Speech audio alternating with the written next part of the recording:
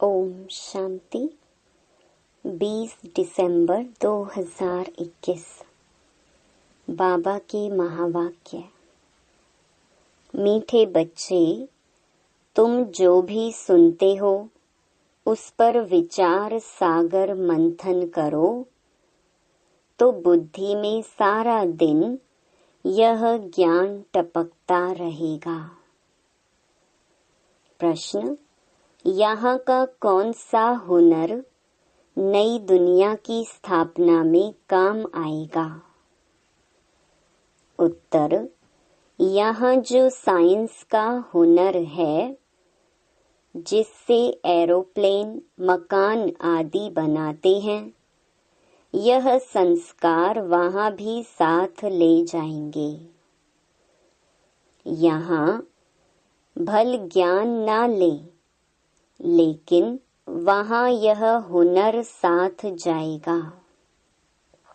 तुम अभी सतयुग से लेकर कलयुग अंत तक की हिस्ट्री, ज्योग्राफी जानते हो। तुम्हें पता है कि इन आँखों से जो कुछ पुरानी दुनिया का देखते हैं, वह सब अभी खत्म होना है। गीत। तूने रात गंवाई सोए के, दिवस गंवाया खाए के। ओम शांति। बाप बैठ बच्चों को समझाते हैं, हूबहू जैसे 5000 वर्ष पहले समझाया था, वैसे फिर भी समझा रहे हैं कि पुरानी दुनिया का विनाश और नई दुनिया सतयुग की स्थापना कैसे होती है। अभी है पुरानी दुनिया और नई दुनिया का संगम युग। बाप ने समझाया है, नई दुनिया सतयुग से लेकर अब कलयुग अंत तक क्या क्या हो रहा है, क्या क्या सामग्री है, क्या क्या देखते हो। यज्ञ, तप, दान, पुण्य आदि क्या करते हैं। यह जो कुछ देखने में आता है, यह कुछ भी रहना नहीं है। पुरानी कोई भी चीज रहने वाली नहीं है। जैसे पुराना मकान तोड़ते हैं तो उनमें जो मार्बल के पत्थर आदि अच्छी चीजें होती हैं, वह रख देते हैं, बाकी तोड़ फोड़ देते हैं।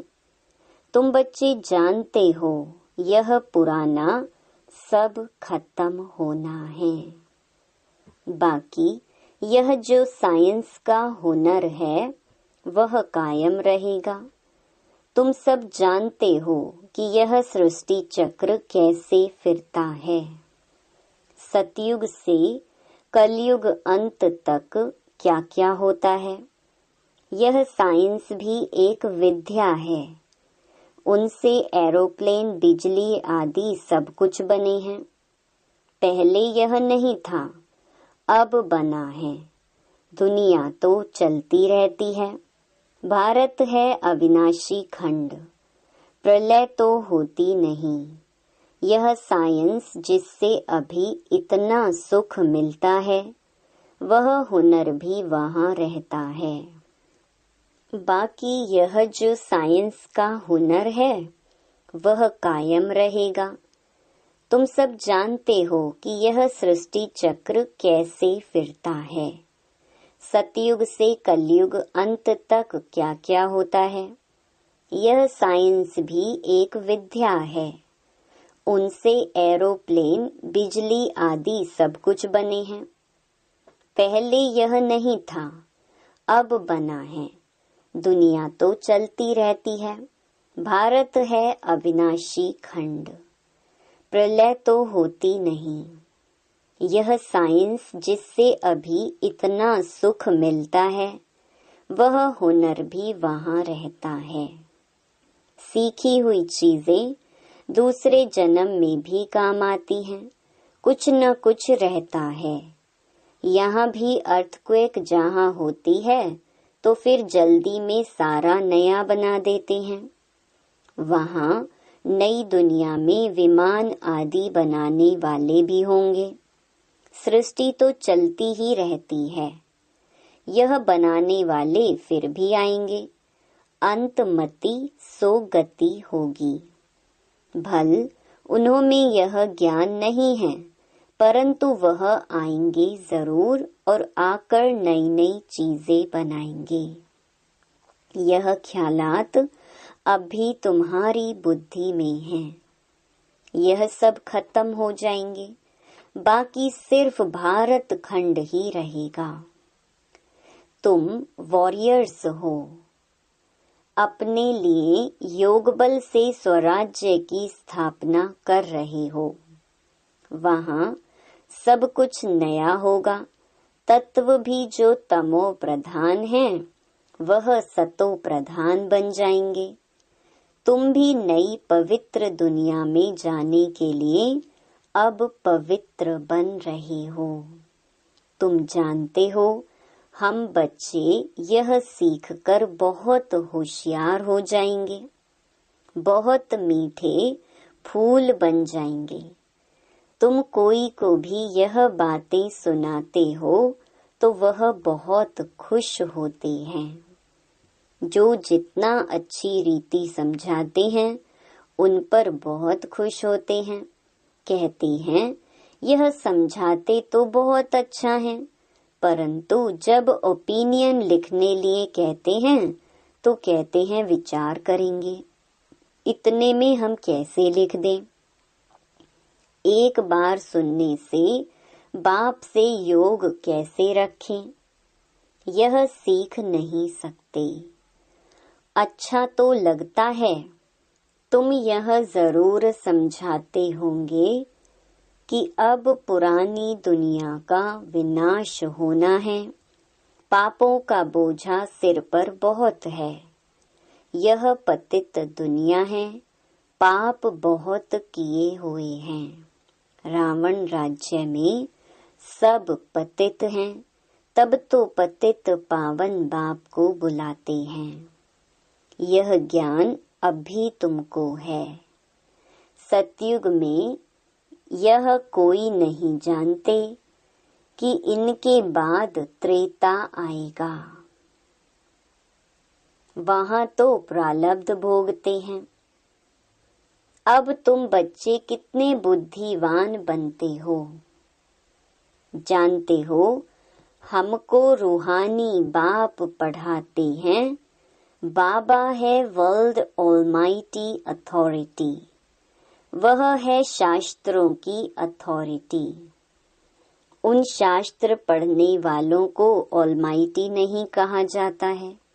यह सब भक्ति मार्ग के शास्त्र हैं। बाकी यह जो बाबा तुमको पढ़ा रहे हैं, यह है नई दुनिया के लिए नई बातें। तो तुम बच्चों को बहुत खुशी होनी चाहिए। बुद्धि में सारा दिन यह ज्ञान टपकता रहे। स्टूडेंट जो पढ़ते हैं उसको फिर रिवाइज भी करते हैं, जिसको ही विचार सागर मंथन कहा जाता है। तुम यह समझते हो कि बाबा हमको बेहद की पढ़ाई अथवा सृष्टि के आदि मध्य अंत का सारा राज बैठ समझाते हैं, जिसको तुम्हारे सिवाय कोई समझ नहीं सकते। इसीलिए तुमको बहुत खुशी होनी चाहिए। तुम बहुत बड़े आदमी हो। तुमको पढ़ाने वाला भी ऊंचे ते ऊंचा बाप है। तो तुमको सदैव खुशी का पारा चढ़ा रहना चाहिए। सदैव बुद्धि में यह बातें रिवाइज करो कि पहले पहले हम पावन थे, फिर 84 जन्म ले पतित बन गए। अब ड्रामा प्लान अनुसार बाबा पावन बना रहे हैं। साधु संत सब कहते हैं कि हम रचता बाप और रचना के आदि मध्य अंत को नहीं जानते। तुम जानते हो क्राइस्ट फिर अपने समय पर आएगा। क्रिश्चियन का जैसे सारी पृथ्वी पर राज्य था, अब सब अलग अलग हो गए हैं, आपस में लड़ झगड़ रहे हैं। अब कहते हैं एक राज्य एक भाषा हो, मतभेद ना हो। यह कैसे हो सकता है? अब तो आपस में लड़ झगड़ कर और ही पक्के हो गए हैं। अभी यह तो हो नहीं सकता जो सबकी एक देवताई मत हो जाए। भल कहते हैं राम राज्य चाहिए, परंतु समझते कुछ नहीं है। तुमको भी पहले कुछ पता नहीं था, अभी तुम ब्राह्मण बने हो। तुम जानते हो कि हमारा युग ही अलग है। इस संगम युग पर ब्रह्मा मुख वंशावली ब्राह्मण धर्म की स्थापना होती है। तुम ब्राह्मण हो, राज ऋषि। तुम पवित्र भी हो और शिव बाबा से राज्य प्राप्त करते हो। वह योग रखते हैं ब्रह्म से, एक बाप से नहीं रखते। कोई किससे रखते, कोई किससे, कोई किसका पुजारी तो कोई किसका। यह किसको पता ही नहीं कि ऊंचे ते ऊंचा कौन है। इसीलिए बाप ने कहा है, यह सब हैं आसुरी संप्रदाय, तुच्छ बुद्धि, रावण के मुरीद हैं। तुम अभी शिव बाबा के बने हो। तुमको बाप से वर्षा मिलता है नई दुनिया सतयुग का। बाप कहते हैं, हे आत्माएं, तुमको अब तमो प्रधान से सतो प्रधान जरूर बनना है। इसीलिए सिर्फ मुझे याद करो। कितनी सहज बात है। गीता में कृष्ण का नाम डाल दिया है, फिर उनको द्वापर युग में ले गए हैं। भूल तो भारी की है, परंतु यह बातें उनकी ही बुद्धि में बैठेंगी जो स्थायी यहाँ आते रहेंगे। मेले में आते तो ढेर हैं, उनमें से देखो सैपलिंग कैसे लगता है। अनेक धर्म वाले आते हैं, उसमें भी जास्ती हिंदू धर्म वाले आते हैं, जो देवी देवताओं के पुजारी होंगे। आपे ही पूज्य, आपे ही पुजारी। इसका भी अर्थ समझाना पड़ता है। मेले प्रदर्शनी में इतना अधिक समझा नहीं सकते। कोई तो 4-5 मास आते हैं, समझते हैं। कोई थोड़ा अच्छी रीति समझते हैं। तुम जितने जास्ती प्रदर्शनी मेले आदि करेंगे, उतने बहुत आएंगे। समझेंगे ज्ञान बड़ा अच्छा है, जाकर समझें। सेंटर पर इतने चित्र नहीं होते हैं, प्रदर्शनी में बहुत चित्र होते हैं। तुम समझाते हो तो अच्छा भी उन्हों को लगता है, परंतु बाहर जाने से माया का वायुमंडल है। अपने धंधे धोरी में लग जाते हैं। अभी यह पुरानी दुनिया खत्म हो, नई बनेगी और बाबा हमारे लिए स्वर्ग की बादशाही स्थापन कर रहे हैं।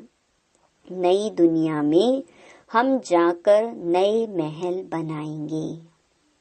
ऐसे नहीं नीचे से महल निकल आएंगे।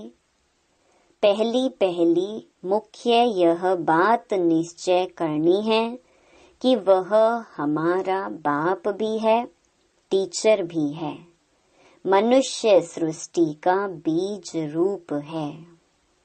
उनमें सारी नॉलेज है। तब तो महिमा गाते हैं ज्ञान का सागर। वह बीज जड़ होता है, वह बोल ना सके, यह चैतन्य है। बाप ने तुमको सारी नॉलेज दी है, जो औरों को अच्छी रीति समझानी है। मेले व प्रदर्शनी में ढेर आते हैं, निकलते कोटों में कोई है। 7-8 दिन आकर फिर गुम हो जाते हैं। ऐसे करते करते कोई न कोई निकल आएगा। समय थोड़ा है, विनाश सामने खड़ा है। कर्मातीत अवस्था को पाना है जरूर। पतित से पावन होने के लिए याद बहुत जरूरी है। अपनी संभाल करनी है। मुझे सतो प्रधान बनना है, यह चिंता लगी रही, क्योंकि सिर पर जन्म जन्मांतर का बोझा है। रावण राज्य होने से सीढ़ी उतरते ही आए हो, अब योग बल से चढ़ना है। रात दिन यही फिक्रात रहे कि मुझे सतो प्रधान बनना है, और सृष्टि चक्र की नॉलेज भी बुद्धि में चाहिए।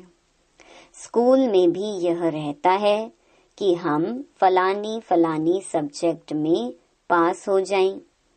इसमें मुख्य सब्जेक्ट है याद की। सृष्टि के आदि मध्य अंत का भी ज्ञान चाहिए। तुम्हारी बुद्धि में सारा सीढ़ी का ज्ञान है कि अब हम बाबा की याद से सतयुगी सूर्यवंशी घराने की सीढ़ी चढ़ते हैं। 84 जन्म लेते सीढ़ी उतरते आए, अब फट से चढ़ जाना है। गायन है ना, सेकंड में जीवन मुक्ति। इस जन्म में ही बाप से जीवन मुक्ति का वर्षा लेकर 100 देवता बन जाएंगे।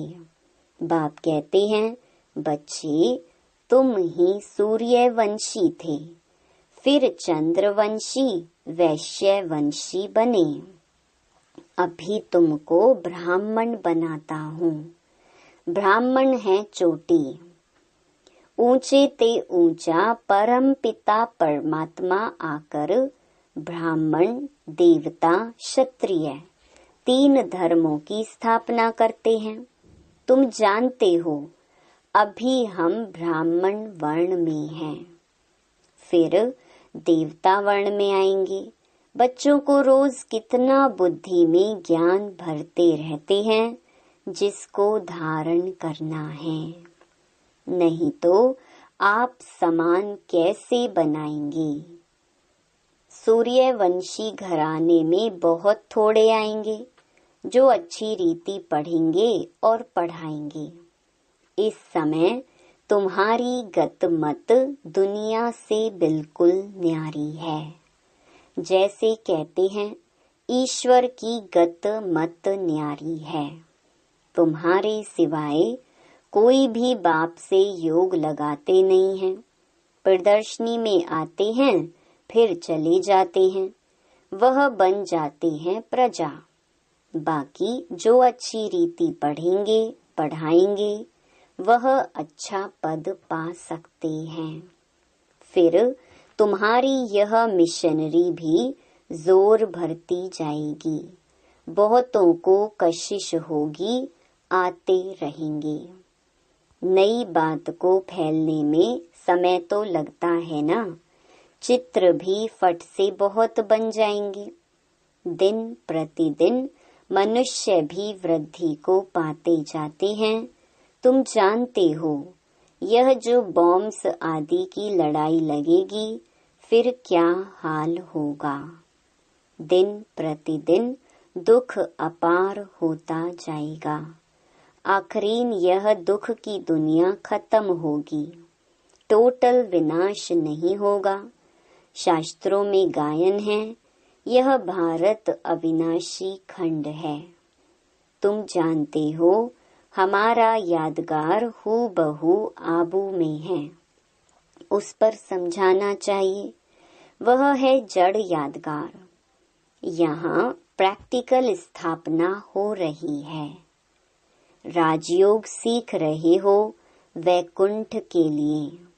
दिलवाड़ा मंदिर कितना अच्छा बना हुआ है। हम भी यहाँ आकर बैठे हैं। पहले से ही हमारा यादगार बना हुआ है। तुम स्वर्ग की राजाई पाने के लिए यहाँ बैठे हो। कहते हैं बाबा, हम आपसे राज्य लेकर ही छोड़ेंगे। जो अच्छी तरह सारा दिन सिमरन करते और कराते होंगे, खुशी भी उन्हों को रहेगी। स्टूडेंट खुद समझते हैं हम पास होंगे व नहीं। लाखों करोड़ों में से स्कॉलरशिप कितने थोड़ों को मिलती है। मुख्य हैं 8 सोने के, फिर 108 चांदी के, बाकी 16,000 तांबे के। जैसे देखो, पोप मेडल्स देते थे तो सबको सोने का थोड़े ही देंगे, कोई को सोने का, कोई को चांदी का। माला भी ऐसे बनती है। तुम चाहते हो गोल्डन प्राइज लेवें, चांदी की लेने से चंद्रवंशी में आ जाएंगे। बाबा कहते हैं मुझे याद करो तो विकर्म विनाश होंगे, और कोई उपाय ही नहीं है। यही फुर्ना रखो पास होने का। लड़ाई का थोड़ा जास्ती हंगामा होगा, फिर जोर से पुरुषार्थ करने लग पड़ेंगे। इम्तिहान के टाइम स्टूडेंट भी गैलअप करने पुरुषार्थ में लग जाते हैं। यह बेहद का स्कूल है। प्रदर्शनी पर खूब प्रैक्टिस करते रहो। प्रोजेक्टर से इतने प्रभावित नहीं होते हैं जितना प्रदर्शनी देख वंडर खाते हैं। अच्छा, मीठे मीठे सिकी लधे बच्चों प्रति माता पिता बाप दादा का याद प्यार और गुड मॉर्निंग। रूहानी बाप की रूहानी बच्चों को नमस्ते। धारणा के लिए मुख्य सार। पहला, पुरानी दुनिया का विनाश हो उसके पहले अपनी कर्मातीत अवस्था बनानी है। याद में रह सतो प्रधान बनना है।